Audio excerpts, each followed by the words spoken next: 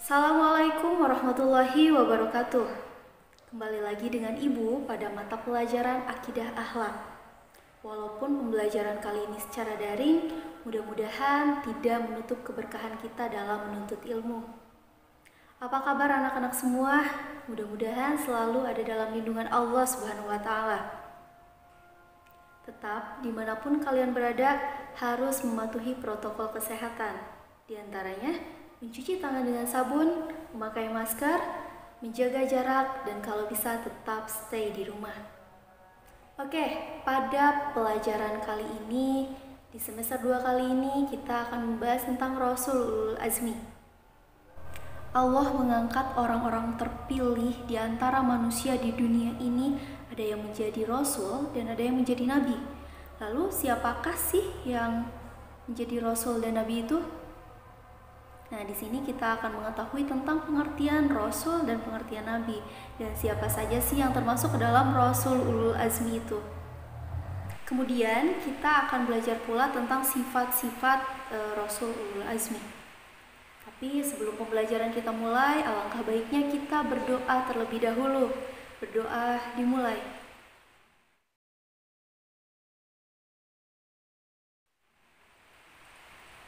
Berdoa selesai.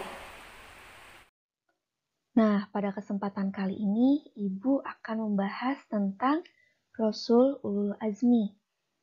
Jadi di kelas 8 semester 2 ini kita akan membahas tentang Rasul Ulul Azmi. Apa sih Rasul Ulul Azmi itu? Apa perbedaannya Rasul dengan Nabi? Perbedaan Rasul dengan Nabi, Rasul yaitu seorang laki-laki pilihan yang menerima wahyu dan diperintahkan untuk menyampaikan kepada umatnya. Sedangkan Nabi yaitu seorang laki-laki yang menerima wahyu dari Allah Subhanahu wa Ta'ala, tetapi tidak wajib menyampaikan kepada umatnya. Letak perbedaannya adalah Rasul itu wajib menyampaikan kepada umatnya ketika menerima wahyu, sedangkan Nabi itu tidak wajib menyampaikan kepada umatnya. Jadi Nabi itu hanya untuk dirinya sendiri. Begitu. Nah, dari pendapat tersebut dapat disimpulkan bahwa tugas yang diemban oleh para rasul amatlah sangat berat. Jadi, untuk suksesnya tugas yang dipercayakan Allah kepada para rasul, selain dibekali dengan mukjizat, juga didukung oleh sifat-sifat yang sangat istimewa. Di antara para rasul itu ada yang mendapatkan gelar istimewa, yaitu gelar Ulul Azmi. Kemudian, apa sih itu Ulul Azmi? Pengertiannya apa? Ulul Azmi adalah gelar yang diberikan kepada para rasul yang memiliki kedudukan tinggi atau istimewa karena ketabahan dan kesabaran yang luar biasa dalam menyebarkan agama. Kemudian, siapa saja sih yang termasuk ke dalam Rasul Ulul Azmi itu? Apakah dari 25 Rasul yang wajib kita imani, semuanya menjadi Rasul Ulul Azmi? Tidak anak-anak, tetapi terdapat 5 Rasul yang mendapatkan gelar Ulul Azmi. Siapa saja sih? Yuk kita cek. Yang pertama ada Nabi Nuh. Kenapa Nabi Nuh dinobatkan sebagai Rasul Ulul Azmi? Karena kesabaran dalam berdakwah dan mendapat hinaan dari kaumnya. Yang kedua siapa? Yang kedua ada Nabi Ibrahim. Kenapa Nabi Ibrahim mendapatkan gelar Ulul Azmi? Karena kesabaran dan kepatuhannya terhadap Allah. Yang ketiga ada Nabi Musa. Kenapa Nabi Musa mendapatkan gelar Ulul Azmi?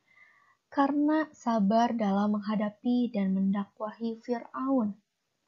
Yang keempat, ada Nabi Isa. Nabi Isa karena kesabaran dan keteguhan dalam menyampaikan ajaran Allah.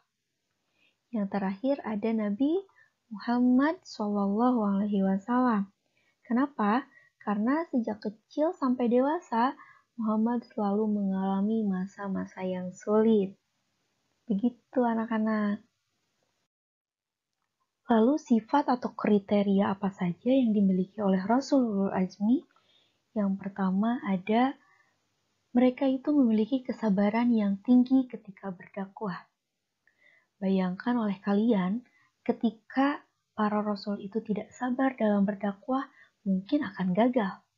Maka kesabaran di sini sangatlah penting, yaitu kunci utama sebagai seorang rasul ulul azmi, dan kita wajib mencontoh tentang kesabaran tersebut. Yang kedua, ada senantiasa memohon kepada Allah agar tidak menurunkan azab kepada kaumnya. Saking baiknya para rasul, ketika mereka berdakwah, banyak sekali yang membangkang, banyak sekali yang tidak patuh, yang tidak turut kepada rasul. Tapi para rasul itu senantiasa memohon kepada Allah agar tidak menurunkan azab kepada kaumnya. Yang ketiga, senantiasa berdoa agar Allah memberikan hidayah kepada kaum mereka. Jadi, perjuangan para rasul itu tidaklah mudah, tapi sangatlah sulit. Ada kaum yang membangkang, ada kaum yang tidak turut, ada kaum yang sangat nyeleneh. Tapi para rasul itu senantiasa berdoa agar Allah memberikan hidayah kepada kaum mereka untuk mengikuti ajaran mereka. Itu adalah salah satu sifat atau kriteria Rasul Ulul Azmi. Alhamdulillah pembelajaran kali ini sudah selesai. Ibu harap kalian bisa memahami penjelasan Ibu tadi. Nah, sebelum kita tutup, Ibu ingin tahu kalian menyimak nggak sih tadi? Coba kalian sebutkan siapa saja sih Rasul yang termasuk ke dalam Rasul Ulul Azmi itu. Kemudian kalian tulis di buku tulis kalian. Kita bertemu lagi di minggu selanjutnya, di pertemuan selanjutnya. Akhir kata, wallahul muwaffiq ila aqwamit thoriq. Wassalamualaikum warahmatullahi wabarakatuh.